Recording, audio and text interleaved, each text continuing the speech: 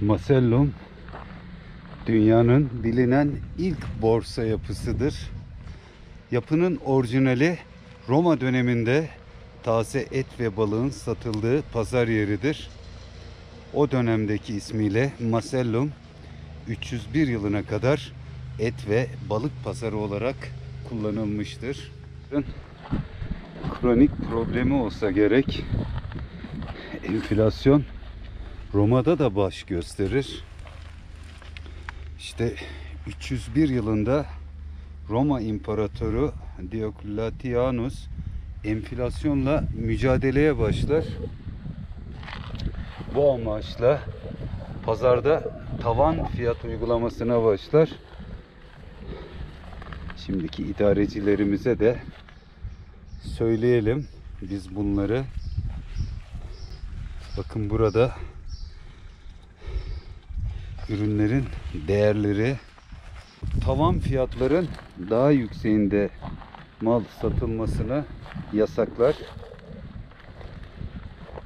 ve bir fiyatlar kararnamesi yayınlar. İşte gece yarısı kararnameleri gibi ve Roma İmparatorluğu'na bağlı şehir devletlerine gönderir. Aizonay fiyatlar kararnamesi geldiğinde işte Macellum duvarlarına asılırdı. Birkaç örnek vermek istiyorum. 16-40 yaşları arasındaki sağlıklı, güçlü bir erkek köle 30.000 dinari, eşek 15.000 dinari, at 90.000 dinari, erkek aslan 125.000 dinari. Yani 16-40 yaşları arasındaki 3 erkek köle bir at ancak ediyor.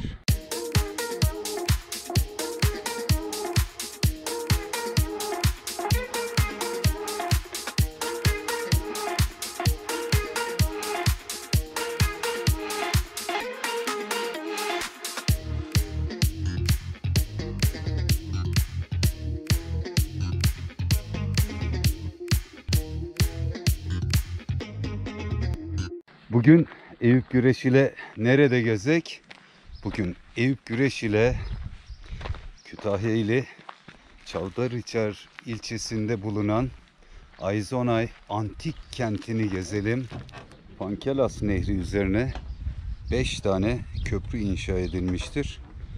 Bu 5 köprüden 1, 3, 5 numaralı köprüler depremler neticesinde yıkılmış olup 2 ve 4 numaralı köprüler hala ayaktadır. Evet, görüyorsunuz diğer ayakta olan köprü. Aizonay antik kenti Pankelas Nehri'nin iki yakasına kurulmuştur. Debisi çok yüksek olan Pankelas Nehri sürekli taşkınlara sebep olmakta ve insanların da ölmesine neden olmaktadır. Bunu önlemek için Romalılar Meterstoiton alanının güneydoğusuna bir baraj inşa ederler. Ancak yağışların çok olduğu ya da karların eridiği dönemlerde baraj yetersiz kalır. Bunun üzerine Romalılar diğer yapılardan taşlar devşirip baraj yapısını 4 metre daha yükseltir. Bu işlemden sonra su kente kontrollü olarak salınmaya başlanır. Ama gene de yetersizdir. Ek olarak 6 metre yüksekliğinde, zaman zaman 25 metreye varan genişlikte ıslah duvarları inşa edilir. Pankelas Nehri üzerinde taşımacılığın dahi yapıldığı hal alır. Islah duvarları ve rıhtımlar gördüğünüz şekilde görülebilir vaziyette ve yine tarihi canlandırmak adına bu duvarlar tekrar elden geçiriliyor. Belki burada yine aynı şekilde bir gölet oluşturulup geziler de yapılacak, gezi tekneleriyle. Çok güzel olur. Yaşayan Kibala kültü hala devam ediyor. Bakın fırına da Kibele fırını denmiş. Kordon boyu ilerleyelim. Yani milattan önceki yıllarda yaşamış bir kent. Aradan 2000-3000 yıl geçmiş aşağı yukarı.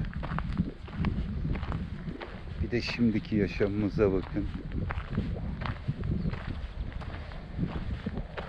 Ya biz bir şeylerin farkında değiliz ya da geçmişte yaşayan insanlar olaylara çok farklı bakıyordu. Yani düşünün, Anadolu'nun göbeğinde Kocaçay, Pankias ırmağında, yani zorunluluktan yapıyorlar gerçi. Su belli dönemlerde çok arttığı için suyu kontrol etmek için yapıyorlar. Ve tabii ki de ortaya bir baraj, gölet, artık ne derseniz, ve bunun üzerine 5 tane de estetik köprü yapıp burada taşımacılık bile yapıyorlar. Saygıyla eğiliyorum önlerinde. Tabii küresel ısınma, bakın nasıl Kocaçay mini çay haline gelmiş. Evet, Herakles'in yaptırdığı 4 numaralı köprü bu olsa gerek. Çünkü büyük deniz canlıları, bakın balıklar var. Gidebilirsem daha yakından çekeceğim. Köprünün ilginç de bir hikayesi var aslında. Aizonay antik kentinde yaşayan soylu, zengin ve yardımsever bir adam olan Apillos Herikles bir deniz yolculuğuna çıkar. Denizde daha önce hiç görmediği büyük canlılar görür. Bir deniz kazası geçirir. Neyse ki Herikles hayatta kalır. Hayatta kaldığı için de şükür için bu köprüyü yaptırır ve o kazada gördüğü deniz canlılarını da işletir. Deniz canlıları Herakles'in. Şöyle size göstermeye çalışayım.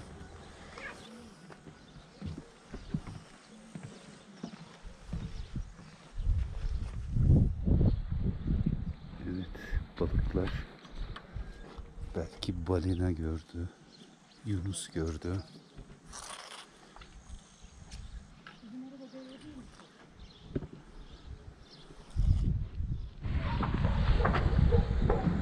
Ne kadar enteresan. Teker izleri ya da kanal izleri şu kenarlardan. Aizonay kenti, antik Frigya'ya bağlı olarak yaşayan Aizanislerin ana yerleşim merkeziydi. Kentin yüksek platosu üzerinde bulunan Zeus Tapınağı'nın çevresinde yapılan kazılarda milattan önce 3000 yıllarına ait yerleşim izlerinin ortaya çıktığı görülmüştür.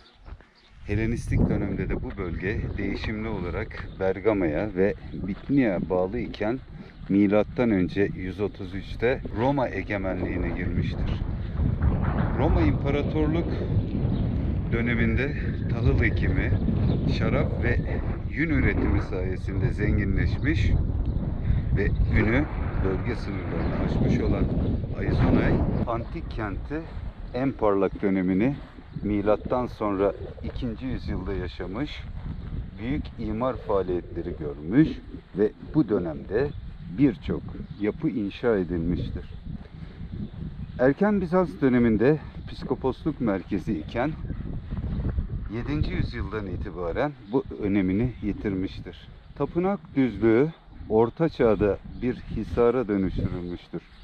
Selçuklular döneminde Çavdar Tatarlarından üs olarak kullanılmasından dolayı şu andaki ismi olan Çavdarhisar ismi verilmiştir. Zeus Tapınağı milattan sonra 1. yüzyılda İmparator Domitianus döneminde inşasına başlanılmış Milattan sonra 2. yüzyılda İmparator Hadrianus döneminde inşaatı tamamlanmıştır. Anadolu'nun en iyi korunmuş tapınağı, dünyada ise Zeus adına yapılan tapınakların en sağlam olarak günümüze geleni. 1850 yıldır Anadolu'daki en iyi koruna gelmiş İyon düzenindeki tapınaklardan biri olan yapının bezemelerinden özellikle akroterleri ilgi çekicidir. Batı alınlığında orta akroter akant dalları ve yaprakları arasında tanrıça Kibele'nin büstüyle bezenmiştir. Doğu alınlık akroterinde ise Zeus büstü bulunmaktadır.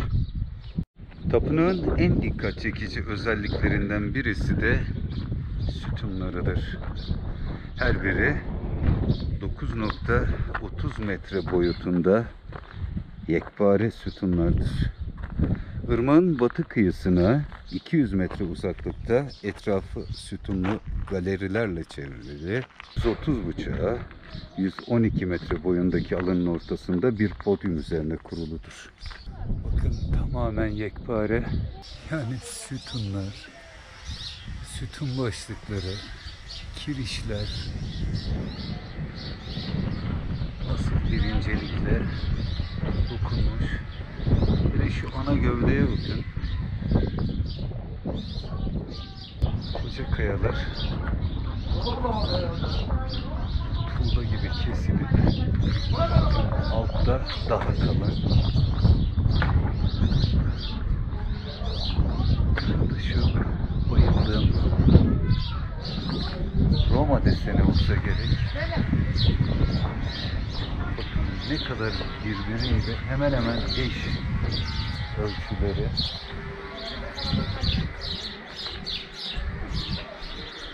Bakın aralarda kuşlar da yuva yapmışlar.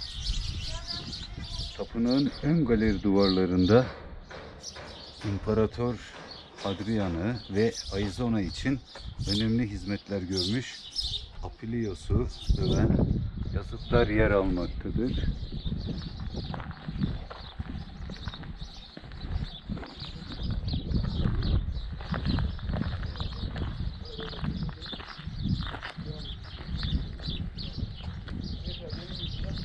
Burası Zeus tapınağını yapmadan önce Meter Süperten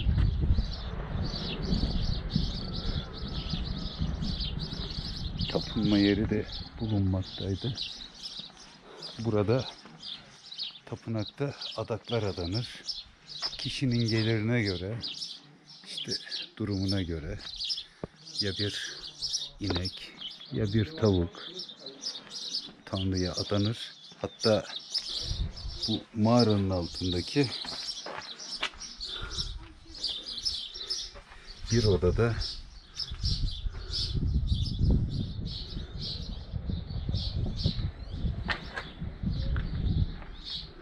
kurban kanıyla insanlar banyo ettirilirdi.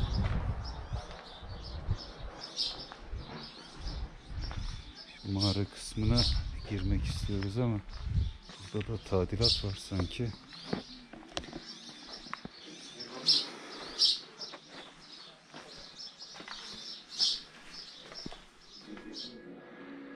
Oh, girebildim, şükürler olsun.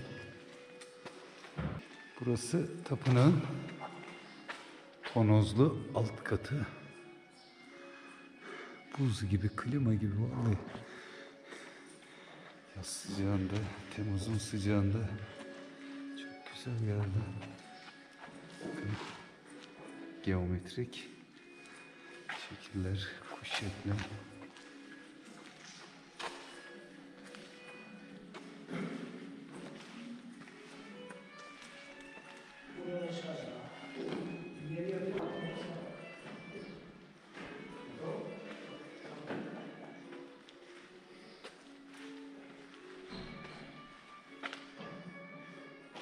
İşte muhtemelen kurban orada kesilirdi. Kurbanla banyo ettirilirdi ama havalandırma herhalde. Tabi simetrik bir oda şeklinde değil. Bu benim aklıma takıldı.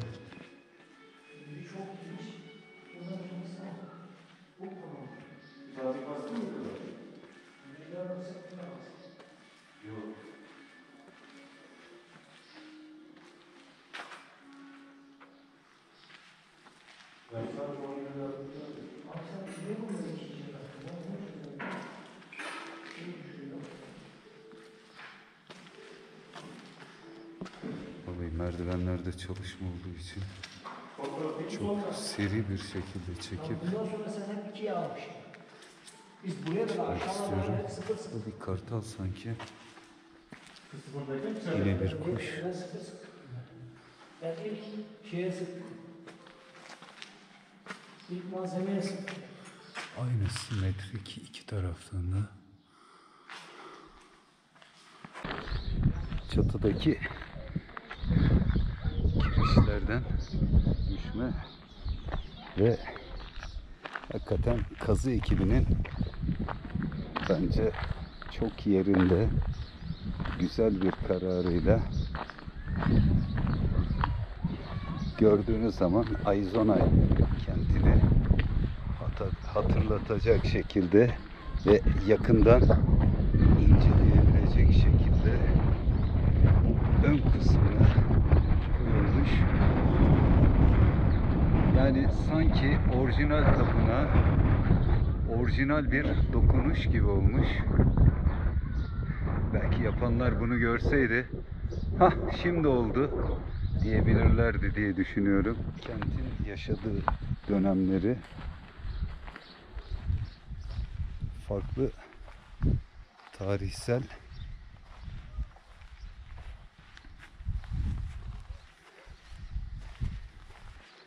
eserlerle anlatmaya çalışılmış.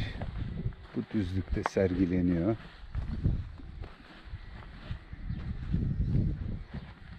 Yine bir yazı var burada. Sanki ters koyulmuş gibi.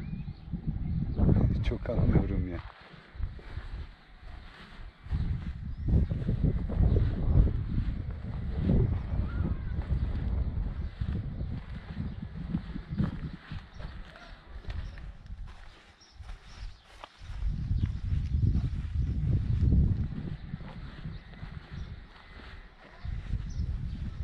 Bir nevi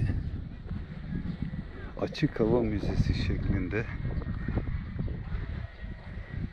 bahçe seksiyonu bir müzede toplayabilsek, uygun bir yere yapılacak bir müzede. İşte burada bilgiler de var. Bizans dönemine ait bir ambon parçası.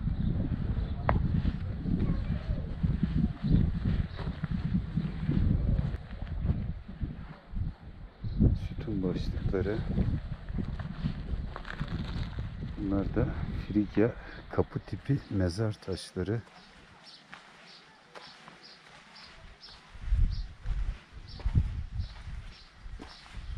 Evet, bunlar hep Frigya kapı tipi. Bu da kapı biçimli mezar stili.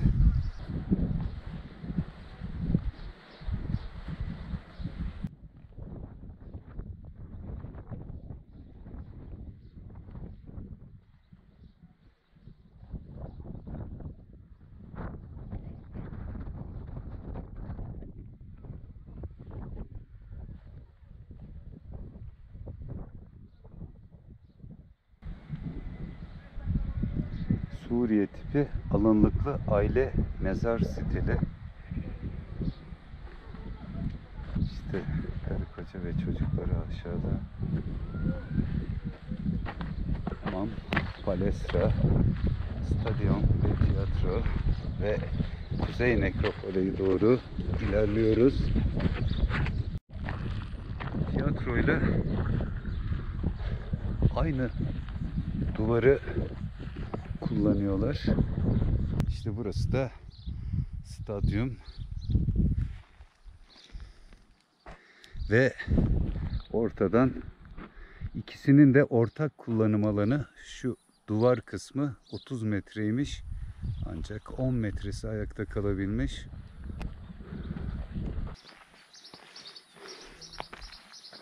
Şimdi daha iyi anlayacağız.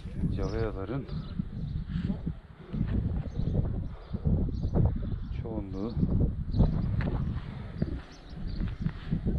bozulmadan kalmış. İşte ortak kullanılan duvar, bu duvar, sahne. Gayet güzel durmuş aslında.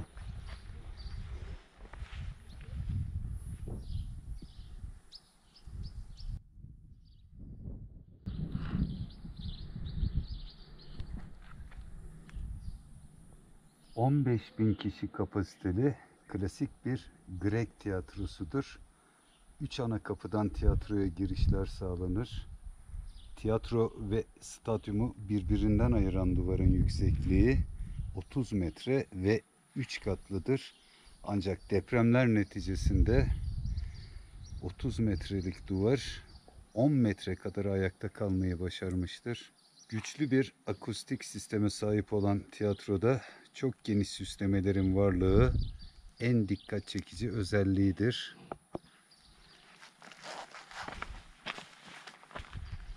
Şunlar olsa gerek. Akustiği de çok yeterliymiş. Hey! Hey! Hey! Hey! Evet. Bu kadar yıpranmaya rağmen hala akustiği hissedebiliyorsunuz. Evet, hemen bu duvarın arka tarafı da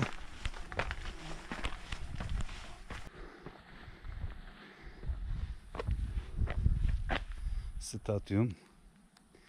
İşte yanda oturma yerlerini düşünün. Her taraf tarihi eser. Belki bahçe duvarı olarak kullanıldı yıllarca. Vatandaşın suçu değil elbette. Hamam ve Palestra kompleksi Aizonay antik kentinde 2 tane Roma hamamı bulunmuştur. Hamamlardan ilki tapınak ile stadyum kompleksinin ortasına yapılmış olup milattan sonra 2. yüzyıl tarihlendirilmektedir. 1980'li yıllarda kazı çalışmalarıyla açığa çıkarılan 1. Roma hamamında Pamukkale Üniversitesi tarafından kazı çalışmalarına devam edilmektedir. Hamam oldukça büyük ölçekli bir plana sahip olup hamamın hemen yanında palestra vardır. Frigidaryum, soğuk ve kaldarium, sıcak gibi yıkanma odaları hamamın ortasında olup bunların yanına çok sayıda yan mekan inşa edilmiştir. Burada bir apsis içinde sağlık tanrıçası Hijyenia'nın heykeli bulunmuştur. Heykel Kütahya Hava Tugayı'ndaki müzede sergilenmektedir. Şöyle geçtik. Taşın serini de bir başka oluyor gerçekten.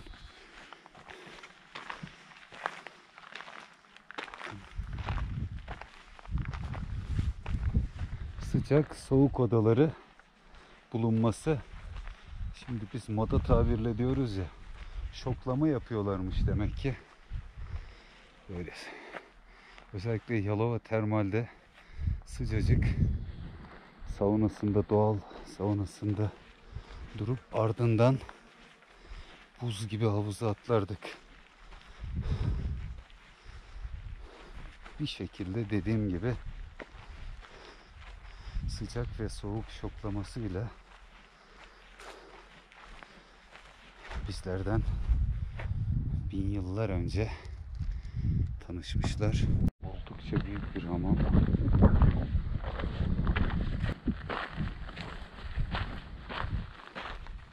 Macellum dünyanın bilinen ilk borsa yapısıdır. Yapının orijinali Roma döneminde taze et ve balığın satıldığı pazar yeridir. O dönemdeki ismiyle Macellum 301 yılına kadar et ve balık pazarı olarak kullanılmıştır. Kronik problemi olsa gerek, enflasyon Roma'da da baş gösterir. İşte 301 yılında Roma İmparatoru Diocletianus enflasyonla mücadeleye başlar. Bu amaçla pazarda tavan fiyat uygulamasına başlar.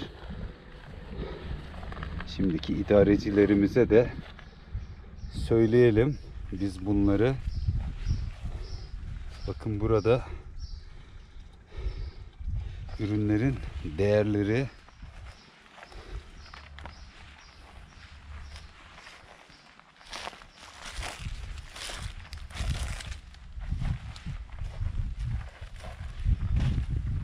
işte bu tavan fiyatların daha yükseğinde mal satılmasını yasaklar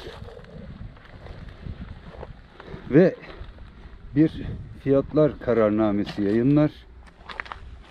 İşte gece yarısı kararnameleri gibi. Ve Roma İmparatorluğu'na bağlı şehir devletlerine gönderir. Ayızon ay fiyatlar kararnamesi geldiğinde işte Macellum duvarlarına asılırdı. Birkaç örnek vermek istiyorum.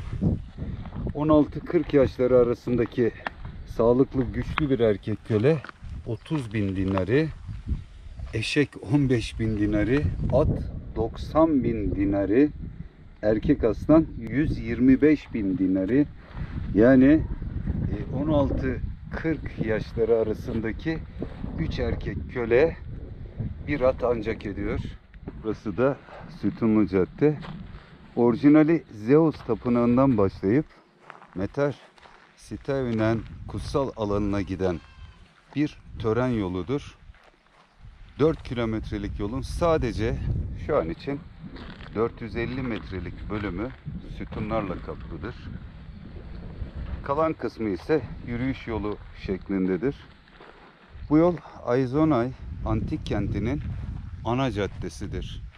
Özellikle savaş dönüşünde Romalı askerler ganimetleriyle burada halkı selamlarlar ve görkemli bir geçiş töreni olur. Bu yüzden buraya halk arasında Kral Yolu da denilmektedir. Aynı zamanda alışveriş merkezinin olduğu yer de burasıdır. Süslemesini yapmak için devşirme taşların yoğun olarak kullanıldığı Sütunlu Cadde'de devşirilen en önemli yapı ise İmparator Claudius döneminde inşa edilen Artemis Tapınağı'ydı.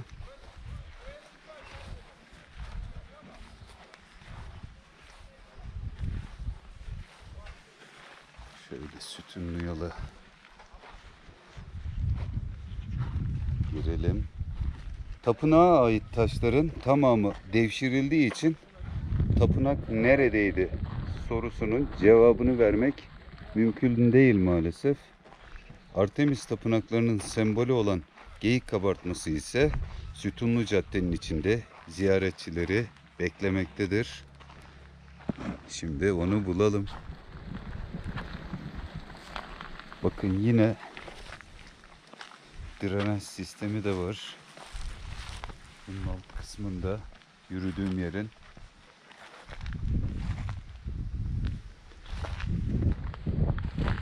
Bize aynı zamanda şehircilik dersi de veriyorlar. Şöyle söyleyeyim. Gediz depremi ile birlikte 1970 zannedersem buralar komple Gediz yıkılıyor. İşte camisi, okulu. Daha sonra bunları tekrar inşa etmek için kazı çalışmaları başladığı zaman bu arkeolojik eserler ortaya çıkmaya başlıyor. Yani depremlerle yok olan bir kent yine depremler sayesinde ayağa kalkmış oluyor ve işte Artemis Tapınağı'ndan geriye kalan Artemis Tapınağı'nın sembolü olan geyik kabartması ise işte gördüğünüz şekilde devşirilirken maalesef yürünülen alt kısmı gelmiş basılan yere. Bu aslında orijinalinde Artemis Tapınağı'nda duvarda yer alıyordu.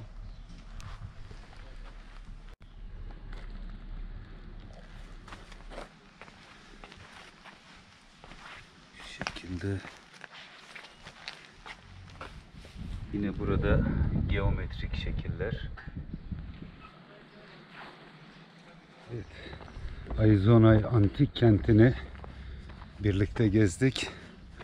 Bir sonraki videoda görüşmek dileğiyle her şey gönlünüzce olsun diyorum.